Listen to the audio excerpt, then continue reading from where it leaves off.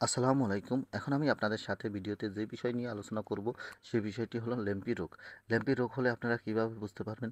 Lumpy রোগ হলে সাধারণত খাবারে অরুচি হবে, গায়ে তাপমাত্রা বেড়ে যাবে এবং গায়ে বিভিন্ন স্থানে গোটা, গোটা দেখা যাবে বা গোটার মধ্যে পানি বা ফুলে ওঠার মতন দেখা যাবে।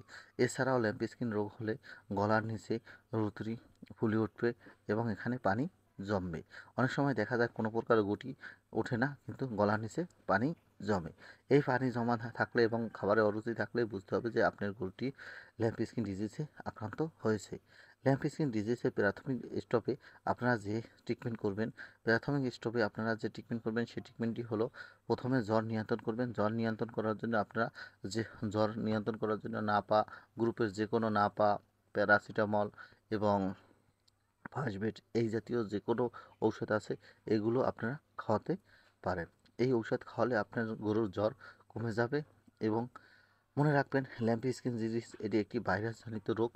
এই রোগটি মশা মাছির মাধ্যমে এক গরু থেকে অন্য গরুতে ছড়ায় বা এক খামার থেকে অন্য খামারে ছড়ায়।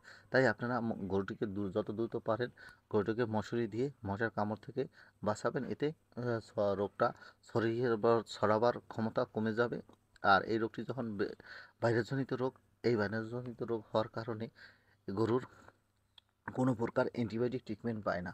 এজন্য আপনাকে 3 থেকে 4 দিন অপেক্ষা করতে হবে। কেননা যখনই যখনই আপনার ল্যাম্পি স্কিন ডিজিজটা কমতে শুরু করবে, তখনই আপনার ট্রিটমেন্ট করতে হবে।